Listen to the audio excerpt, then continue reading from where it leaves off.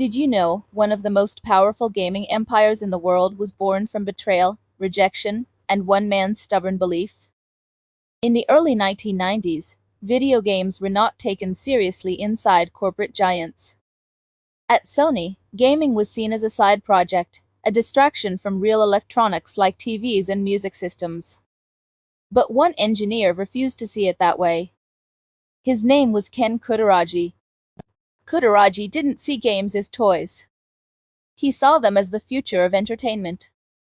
More immersive, more emotional, more powerful than anything people had experienced before. While most executives ignored gaming, Kutaragi secretly worked with Nintendo.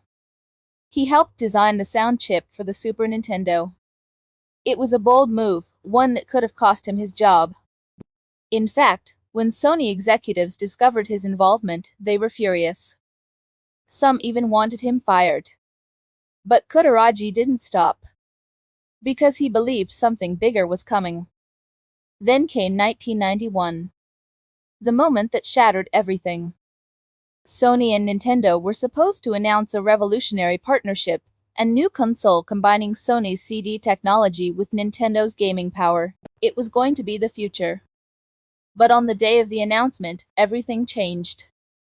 On stage, Nintendo shocked the world. Instead of confirming Sony, they announced a partnership with Philips. Just like that. Publicly. Without warning. The room applauded. But inside Sony, it was humiliation. One executive later described it as a complete betrayal. The deal was dead. The trust was gone. And most importantly, Sony wanted out of gaming entirely. At that moment, most people would have walked away. But not Kutaragi. While others saw embarrassment, he saw opportunity. Inside Sony, executives argued that gaming was too risky. Too unpredictable. Not worth the damage to their reputation.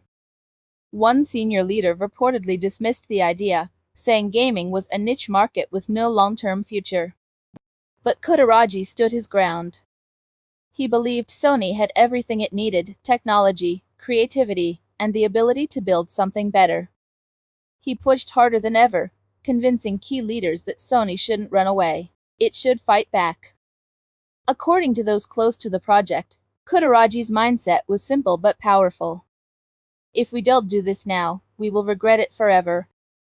Still, resistance remained strong. Meetings were tense. Doubts filled the room.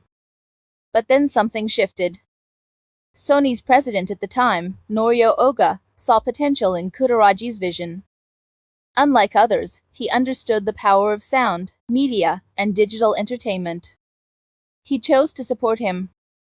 That decision changed everything. Sony made a bold move. They would build their own console. Not as a partner, but as a direct competitor. It was a huge risk.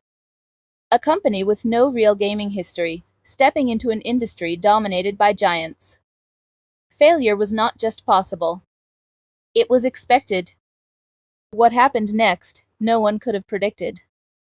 Kutaragi and his team began building a console unlike anything before it. Instead of using cartridges like everyone else, they chose CD-ROM technology. It was cheaper. It stored more data. And it gave developers freedom they had never experienced before. This decision was revolutionary. Developers quickly noticed. One developer later said, "PlayStation gave us space to create what we actually imagined, not what hardware limited us to." Then in 1994, it arrived. The Sony PlayStation. At first, the world was unsure. Sony was new. Unknown in gaming. But something started to happen. Slowly, then all at once. Developers embraced it. Gamers loved it. The experience felt new.